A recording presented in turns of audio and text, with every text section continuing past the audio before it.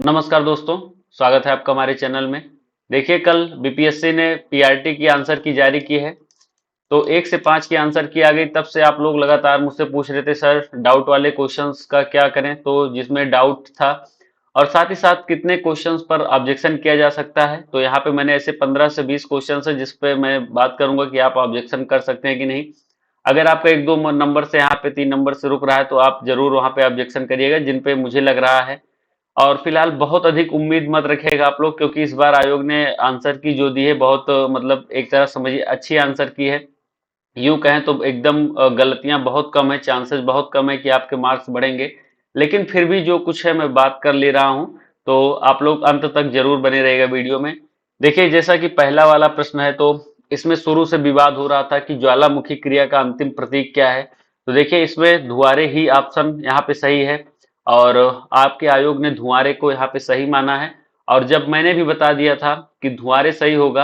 अच्छा, अगर आप लोग थोड़ा सा बेसिक समझे होते कि सर क्रेटर का जो निर्माण होता है वो ज्वालामुखी जब विस्फोट होता है उसके बाद बिना क्रेटर के निर्माण के तो एक तरह समझे जब तक छिद्र होगा नहीं तब तक तो वहां से मैग्मा आदि निकल भी नहीं सकता है। एक बेसिक सा लॉजिक निकाल सकते हैं। तो उस हिसाब से भी आप इसको सही कर लिए होते। और सबसे अंत में वही जो धुआं और राख वगैरह होता है यही सब ऊपर उठता है, तो यही लिए इसीलिए इसीलिए यहाँ पे धुआरे आपका राइट आंसर होगा। सेकंड नंबर का क्वेश्चन था, सबसे ज्यादा यहाँ पे भी लोग पूछ रहे थे कि इसमें क्या होगा। देखिए, यहाँ पे जो है बिहार का उग्र कृषक नेता, तो यहाँ पे स्वामी सहजानंद सरस्वती राइट आंसर होंगे। और न तो राजकुमार शुक्ल जी होंगे और राजेंद्र प्रसाद जी तो हो ही नहीं सकते हैं। तो उग्र कृषक नेता में यहाँ पे भी आप कोई भी ऑब्जेक्शन नहीं कर सकते हैं, दोनों में आप ऑब्जेक्शन नहीं कर सकते हैं। ये वाला जो था ये थोड़ा सा यहाँ पे डाउट में था कि निम्न जो एजेंसियां हैं यहाँ पे अंतर्राष्ट्रीय दौरा आयोजित करने की अनुमति दी थी तो निजी कंपनियों को, तो यहाँ पे आपका तुर्की, स्वीडन और इटली ये राइट आंसर है यहाँ पे। तो ये इसमें भी आप जो है किसी भी प्रकार का ऑब्जेक्शन नहीं कर सकते हैं, डायरेक्ट टू डायरेक्ट यहाँ पे सीधा सा क्वेश्चन है। खाद्य श्रृंखला में कीटभक्षी पौधे का पौष्टिक स्तर का नाम बताइए। देखिए, मैंने पहले भी बता दिया था कि ये जो क्वेश्चन है इसमें आप प्राथमिक उपभोक्ता मारेंगे तब भी गलत है, द्वितीय मारेंगे तब भी गलत है। ये उत्पादक होते हैं और ये आपकी एनसीईआरटी में भी है। साथ ही साथ मैं आपको बता दूं कि अगर आपने एनसीईआरटी सही से पढ़ा होगा, आप एनसीईआरटी छोड़िए, अगर आपने सही से सीटेट की तैयारी की होगी तो वहां पे भी इनका जिक्र हुआ होता है। तो इसलिए उत्पादक यहाँ पे आपका राइट आंसर है। और मेरे हिसाब से यहाँ पे भी आपके मतलब कि नंबर नहीं बढ़ पाएंगे। आप ऑब्जेक्शन करना हो तो यहाँ पे कर सकते हैं, लेकिन बढ़ेगा नहीं यहाँ पे अंक, मैं बता दे रहा हूँ, क्योंकि ये एनसीईआरटी में भी आपको मिल जाएगा। ये इसमें तो कोई भी डाउट नहीं है, छितरे हुए वृक्षों वाले घास के मैदान को यहाँ पे सवाना होगा। और फिर यहाँ पे आपका जो राइट आंसर होगा सवाना हो गया। फिर यहाँ पे है हमारे राष्ट्र को मुख्यतः, ये देखिए, ये जो है, ये जो प्रश्न है आपका, इसमें आयोग जो है आयोग का जो मन करता है वो दे सकता है। और आयोग को जो लगता है उस पे आप जो है बहुत अधिक डाउट नहीं कर सकते हैं। कुछ ऐसे क्वेश्चंस हैं जो कि आयोग के ऊपर होता है कि वो अपना निर्णय जो लेंगे वो अंतिम निर्णय होगा। तो हमारे राष्ट्र को मुख्यतः राष्ट्रवाद के आधार पर निर्मित करने की राजनीतिक प्रवृत्ति का नेतृत्व भारत में निम्न में से किस राजनीतिक दल द्वारा किया जाता है। मैंने अपना जब 120 क्वेश्चंस का सलूशन दिया था वहां से आप देखेंगे कि ज्यादा से ज्यादा क्वेश्चन मेरे सही हुए हैं। तो यहाँ पे जो किया जाता है लिखा है, तो इसी है में सब कुछ छिपा है।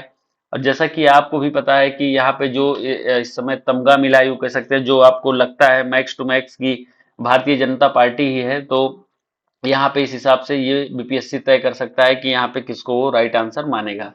और इसमें अगर आप ऑब्जेक्शन करना चाहें तो इस क्वेश्चन में आप ऑब्जेक्शन कर सकते हैं, लेकिन आपके पास कोई अथेंटिक यहाँ पे स्रोत नहीं मिलेगा। इसीलिए मैं कह रहा हूं कि इस बार आयोग ने आंसर की बड़ी सोच समझ के दी है, टाइम लगा के दी है। और यहाँ पे बहुत कम चांसेस हैं कि आपके मार्क्स कहीं से इंक्रीज होंगे। तो ये इसमें आप ऑब्जेक्शन करना चाहिए कर देंगे, लेकिन आयोग के ऊपर है वो माने या ना माने। फिर साथ ही साथ यहाँ पे ब्रह्म समाज का प्रभाव मुख्यतः सीमित था। देखिए, इसमें कोई भी डाउट नहीं है, क्योंकि इनका जो तार्किक पक्ष था तो वो शहरी शिक्षित वर्ग के लोग ही समझ सकते थे ब्रह्म समाज का। तो उस समय ग्रामीण शिक्षा इतनी स्ट्रांग नहीं थी कि इनके जो तार्किक आध्यात्मिक पक्ष थे उन पहलुओं को यहाँ पे ग्रामीण लोग समझ सके। तो यहाँ पे ये एकदम राइट आंसर होगा। अब ये जो है कारगिल किस नदी के किनारे पर स्थित है, तो कारगिल जो है ये सुरु नदी के किनारे पर स्थित है और ये एकदम राइट आंसर होगा। तो सिंधु वालों, यहाँ पे मैंने पहले ही बता दिया था कि सिंधु गलत होगा। और सुरु रिवर आपको पता है कि कारगिल के बीचों बीच से बहती है, तो यहाँ पे आप सुरु नदी यहाँ पे राइट आंसर होगा।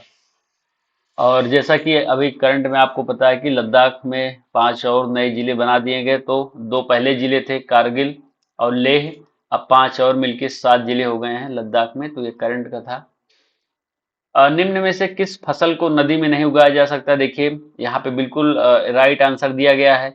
ना तो इसको उगाया जा सकता है, ना ही इसको, ना ही इसको। तो उपयुक्त में से एक से अधिक यहाँ पे राइट आंसर होगा।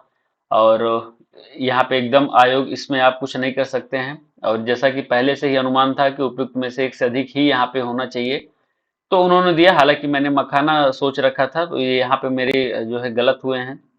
तो कहीं कहीं मेरा भी गलत हुआ है, लेकिन मैक्स टू मैक्स 2-3 क्वेश्चन ही गलत हुए हैं। और साथ ही साथ मैं जब नेक्स्ट बात करूं कि दिल्ली के लाल किले में आजाद हिंद फौज का प्रसिद्ध मुकदमा, देखिए 1945 यहाँ पे राइट आंसर है। और 1945 में 3 लोगों के खिलाफ ये चलाया गया था। तो यहाँ पे भी आपको जो है डाउट करने का कोई भी मौका नहीं मिलेगा। आप ऑब्जेक्शन करना चाहें तो कर दीजिए, लेकिन मैं आपको सजेस्ट नहीं करूंगा। मेरे हिसाब से अभी तक मैंने जो बताया है, वहां पे आप भारतीय जनता पार्टी वाले में मान लीजिए करना चाहिए तो कर दीजिए, और किसी में चांसेस आपके नहीं बन रहे हैं अभी तक में। और जंतु कहलाते हैं, देखिए डिजर्टिकोलस यहाँ पे राइट आंसर होगा। तो मैंने शुरू में बताया था कि डिजर्टिमल्स कहीं मिला है, लेकिन वो उतना ऑथेंटिक नहीं है, तो उस पर विचार नहीं किया जा सकता। और ऐसे क्वेश्चन है जो बहुत कम जगह पे आपको देखने को मिलते हैं, तो ये यहाँ पे राइट आंसर आपका हो जाएगा। अब देखिए इस पे सबसे अधिक भी बात कर रहे हैं कि शीत ऋतु में तमिलनाडु के तटीय क्षेत्रों में वर्षा होने का कारण यहाँ पे क्या है। यहाँ पे पश्चिमी विक्षोभ से दिल्ली इत्यादि राजस्थान में जब वहाँ पे वर्षा होती है, तब होती है पश्चिमी डिस्टरबेंस से, जो कि भूमध्य सागर के आसपास से यहाँ पे जब वर्षा की पवनें चलती हैं, तो पश्चिम की तरफ यहाँ पे वर्षा होती है, तो इसे पश्चिमी विक्षोभ कहते हैं। और ये पश्चिम से फिर जो है पूर्व की तरफ आती हैं, तो भारत के पश्चिमी जो है, तो ये यहाँ पे वर्षा होती है।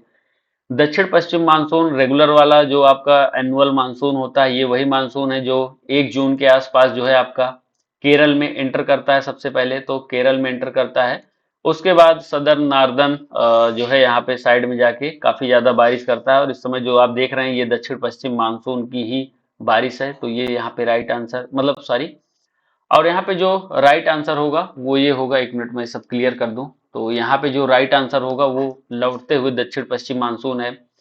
देखिए रफली ये देखिए, मान लीजिए 1 मिनट रुक जाइएगा। ये हमारा मान लीजिए कि भारत है, और यहाँ पे इसके आसपास ये आपकी 0 डिग्री अक्षांश रेखा, या जिसे आप भूमध्य रेखा भी कहते हैं, तो ये भूमध्य रेखा हो गई। और यहाँ पे जब जो व्यापारिक पवनें हैं इधर नीचे चलती हैं, जब व्यापारिक पवनें जो हैं नीचे चलती हैं, और आपको पता होगा कि ITCZ होता है, तो अंतः उष्ण कटिबंधीय क्षेत्र, तो अंतः उष्ण कटिबंधीय क्षेत्र भूमध्य रेखा के आसपास होता है। लेकिन सूर्य के उत्तरायण के साथ ये भी शिफ्ट हो जाता है, और जून जुलाई के माह में ये लगभग 25 डिग्री तक पहुंच जाता है। तो आप समझिए 23.5 डिग्री कर्क रेखा अपने यहाँ से जा रही है, तो 25 डिग्री के आसपास ये ITCZ होता है। और इसी ITCZ की वजह से यहाँ पे अत्यधिक गर्मी तापन होता है। तो ITCZ का मुख्यतः मतलब आप समझ लीजिए कि तापन अधिक होगा और उष्मन अधिक होगा यहाँ पे, जिसके बाद यहाँ पे लो प्रेशर डेवलप होता है। और उसके बाद फिर इधर से जो पवनें चलती हैं, तो व्यापारिक पवनों की दिशाएं पहले इस तरह होती हैं, लेकिन आपको भी पता है जब ये उत्तरी गोलार्ध में आती हैं, तो ये कोरियोलिस फोर्स होती है एक, आपको मैं कभी डिस्क्राइब करके बताऊंगा। कोरियोलिस फोर्स का प्रभाव क्या होता है कि ये जो है पवनें क्या होती हैं कि अपने राइट साइड में उत्तरी गोलार्ध में मुड़ जाती हैं, और फिर इनका डायरेक्शन इस प्रकार हो जाता है, और फिर ये यहाँ पे वर्षा करवाती हैं, अच्छी खासी वर्षा करवाती हैं। साथ ही साथ मेडागास्कर से भी जो पवनें चलती हैं वो भी इसी डायरेक्शन में मुड़ जाती हैं, तो यहाँ पे ये सभी जो है मिलके वर्षा करवाती हैं। एक बंगाल की खाड़ी की तरफ चली जाती है, और एक जो है यहाँ पे अरब सागर के यहाँ किनारे जो है पैरेलल चलते हुए चला जाता है, पश्चिमी घाट के पैरेलल। और फिर उसके बाद ये जो है यहाँ पे वर्षा होती है पूरे भारत में। जब यहाँ पे सूर्य का दक्षिणायन होता है, अब 1 मिनट में क्लियर कर दूं सब कुछ। तो जब यहाँ पे आपके सूर्य का दक्षिणायन होगा और सूर्य फिर दक्षिणी गोलार्ध की तरफ जाएगा, तो ये आपका ITCZ जो यहाँ पे था वो अब नीचे की ओर जाना खिसकना चालू कर देगा। तो जब नीचे की ओर खिसकेगा तो ये चीजें भी नीचे की ओर आएंगी और फिर धीरे धीरे यहाँ पे इधर गर्मी धीरे धीरे बढ़ती चली जाएगी। और फिर आईटीसी जेट जब आपका यहाँ पे आ जाता है, उसके बाद ये जो मानसून है यहाँ से फिर मानसून का आपका लौटना प्रारंभ हो जाता है। और जो ये मानसून लौट रहा होता है, ये जो है यहाँ पे पूर्वी घाट की जो पहाड़ियां हैं, कार्डमम जो हिल्स हैं, ये तमाम हिल्स जो हैं यहाँ पे रोक कर और तमिलनाडु में फिर वर्षा करवाते हैं। आपको पता है कि जो है पर्वतों के सहारे हवाएं ऊपर उठती हैं और हवाएं ऊपर उठकर फिर ठंडी होकर यहाँ पे बारिश करती हैं। तो संघनन होने के बाद बारिश होती है। ये लंबी प्रक्रिया है, कभी मैं विस्तृत क्लास लेके आपको समझा दूंगा। यहाँ पे आप डाउट नहीं कर सकते, ये एकदम राइट आंसर है, तो ये एकदम सही आंसर है। मृदा का पलवार करना संबंधित है, देखिए ये डी बिल्कुल यहाँ पे राइट है। मैंने पहले भी बताया था कि डी ही ऑप्शन होगा, क्योंकि अगर ये मुख्य कारण पूछा होता, अगर मुख्य कारण पूछता तो मृदा की नमी को बनाए रखना मुख्य कारण है। लेकिन यहाँ पे स्वास्थ्य मतलब जो घास या आप समझते हैं जो ये सब हो जाता है, इनको रोकना यहाँ पे कार्य है। जैसे खरपतवार यहाँ पे है और उसमें कीड़े मकोड़े इत्यादि न लगे, उसकी उर्वरकता बनी रहे। तो इन सभी को देखते हुए ये यहाँ पे राइट आंसर है आपका। ये एक डाउट वाला क्वेश्चन है और मैं कह सकता हूँ, लेकिन यहाँ पे आयोग के पास था तो आयोग जो है यहाँ पे इनमें से कोई नहीं माना है और उन्होंने अक्टूबर जो है यहाँ पे राइट आंसर माना, अक्टूबर 1934 वाला। तो आप इसमें चाहिए तो कर दीजिएगा। अभी तक मेरे हिसाब से अगर आप बीजेपी वाले में चाहिए तो कर दीजिए और यहाँ पे भी चाहिए कर दीजिएगा, लेकिन मेरे हिसाब से दोनों में आपको कुछ यहाँ पे फायदा होने वाला नहीं है। यहाँ पे भी कोई फायदा नहीं होगा और न बीजेपी वाले में फायदा होगा। सोनार तकनीक का प्रयोग होता है, तो सोनार तकनीक का प्रयोग सभी में होता है, तो डी यहाँ पे राइट आंसर है, इसमें कोई भी डाउट नहीं है। अब ये देखिए, मैंने कहा था कि जो आपका यहाँ पे आयोग है, इसीलिए मैं कहता हूँ आप मेरी वीडियोस देखा करिए। जो बीपीएससी आयोग है ना, ये क्या होता है कि ये लॉर्ड हार्डिंग द्वितीय को, जो आपका लॉर्ड हार्डिंग द्वितीय है, इसको ये जो है लॉर्ड हार्डिंग के नाम से ही समझता है। तो यहाँ पे राइट आंसर होगा। और बीपीएससी लॉर्ड हार्डिंग द्वितीय कभी नहीं देता है, हार्डिंग देता है, तो वही यहाँ पे राइट आंसर होगा। तो ये आपका यहाँ पे राइट आंसर है, हार्डिंग। चलिए, वायुमंडल अपनी अधिक, ये सबसे ज्यादा डाउट वाला था। और जितने लोग सूर्य बता रहे थे, मैंने सभी को पहले ही मना कर दिया था, सूर्य यहाँ पे कभी नहीं होगा। जब संपूर्ण अर्थ की बात होगी, जब संपूर्ण अर्थ की बात होगी, सबसे अधिक ऊर्जा कहाँ से प्राप्त करता है, तो सभी को पता है कि ऊर्जा का एकमात्र स्रोत सूर्य है। लेकिन जब बात होगी कि वायुमंडल जो है अपनी अधिकतम ऊर्जा, अगर अगर ये अर्थ दे देता सीधा सीधा पृथ्वी अपनी अधिकतम ऊर्जा प्राप्त करती है, लेकिन जब वायुमंडल दिया है तो वायुमंडल जो अपनी ऊर्जा प्राप्त करती है वो डायरेक्ट जो सनरेज आती है उनसे नहीं प्राप्त करती है। पहली बात तो आप समझ लीजिए। नहीं तो आप बताइए कि जैसे मान लीजिए जहाँ पे चंद्रमा है, अब मान लीजिए वहां पे वायुमंडल नहीं है, चंद्रमा पे वायुमंडल नहीं है, तो वहां पे दिन अत्यधिक गर्म और रात अत्यधिक ठंडी हो जाएगी। मतलब समझिए -20, 25, 30 तक यहाँ पे रातें ठंडी हो जाती हैं। हमारे यहाँ ऐसा नहीं होता है। तो हमारा ग्रह इसलिए भी अनोखा है क्योंकि यहाँ पे जो आपकी ग्रीन हाउस गैसें हैं, तो जो भी ग्रीन हाउस गैसेज हैं, तो ये ग्रीन हाउस गैसें क्या करती हैं कि इनको ट्रैप करके रोक लेती हैं। तो आपने इसे देखा होगा, मीथेन है, जलवाष्प है, तमाम जो आपकी ग्रीन हाउस गैसें हैं। ये क्या होता है जब सूर्य है, मान लीजिए सूर्य है और ये अर्थ है आपका, ये आपकी पृथ्वी है। अब सूर्य से यहाँ पे जो तरंगे आती हैं वो दीर्घ तरंगे होती हैं, मतलब लघु तरंगे होती हैं। तो लघु यहाँ पे जो होता है विकिरण होता है लघु विकिरण। लेकिन जब ये यहाँ पे आती हैं तो आपको भी पता है कि वायु यहाँ पे फिर ठंडी होकर ऊपर की ओर उठती है और जब ये जो किरणें हैं वापस की ओर लौटती हैं पृथ्वी से टकराने के बाद, तो ये दीर्घ और पार्थिव विकिरण हो जाता है। तो पार्थिव मतलब ऊपर जाना, एक तरीके से समझिए। तो पार्थिव जैसे आप कहते हैं पार्थिव शरीर, तो यहाँ पे उसी प्रकार आप समझ सकते हैं।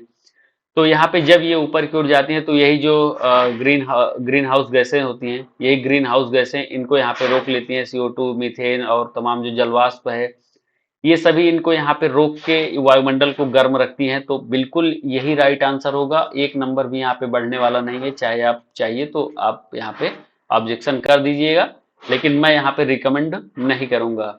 मैं सिर्फ मैक्सिमम मेरा रिकमेंडेशन बीजेपी वाले में है और वहां पे भी लाभ नहीं मिलेगा। मैं फिर भी बता दे रहा हूँ क्योंकि वो आयोग के पास है ट्रम्प कार्ड की, वो किसको मानेगा उसका। आप, मैं इसलिए भी कह रहा हूँ, मेरे ऊपर टूट मत पड़ना, मैं इसलिए कह रहा हूं कि उसका ऑथेंटिक स्रोत आप ढूंढ नहीं पाएंगे। और निम्न में से कौन सा नवीकरणीय ऊर्जा का स्रोत है? तो नवीकरणीय ऊर्जा का स्रोत पहले भी कहा था और अब भी बता रहा हूं कि उपयुक्त में से कोई नहीं है। ये तो था ही नहीं। नाभिकीय ईंधन भैया खत्म होता है, नाभिकीय ईंधन का पुनः निर्माण नहीं कर सकते हैं आप उसी का। तो यहाँ पे नवीकरणीय ऊर्जा वाले में भी उपयुक्त में से कोई नहीं ही होगा। अब ये था, तो ये तो चीड़ के जंगल, यहाँ पे डाउट ही नहीं था।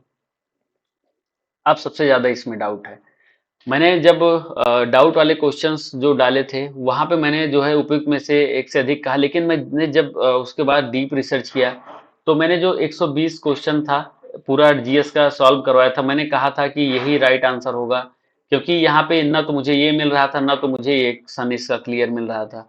यहाँ पे सन में डिफरेंस था, तो मैंने जब यहाँ पे डीप देखा, क्योंकि ये बहुत डीप क्वेश्चन था, सबके बस का नहीं है, तो इस हिसाब से यहाँ पे मेरे हिसाब से ये आपका राइट आंसर होगा।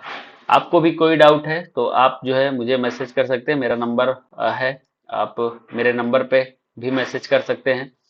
साथ ही साथ अगर मान लीजिए कि यहाँ पे आपको चैनल पर पहली बार से नए जुड़े तो चैनल को सब्सक्राइब कर लीजिएगा। इस वीडियो को एक बार लाइक करके अपने दोस्तों के पास भेज दीजिएगा कि वहाँ पे उनका कितना मार्क्स सही हो रहा है। और एक आप अच्छा सा कमेंट करिए जो भी आपको पसंद आया हो वीडियो के अंश में, और आप क्या एक्सपेक्ट करते हैं इसको भी आप मुझे जरूर बताइएगा। और जल्द ही मिलते हैं आपके हम किसी और वीडियो के साथ, तब तक के लिए बहुत बहुत धन्यवाद।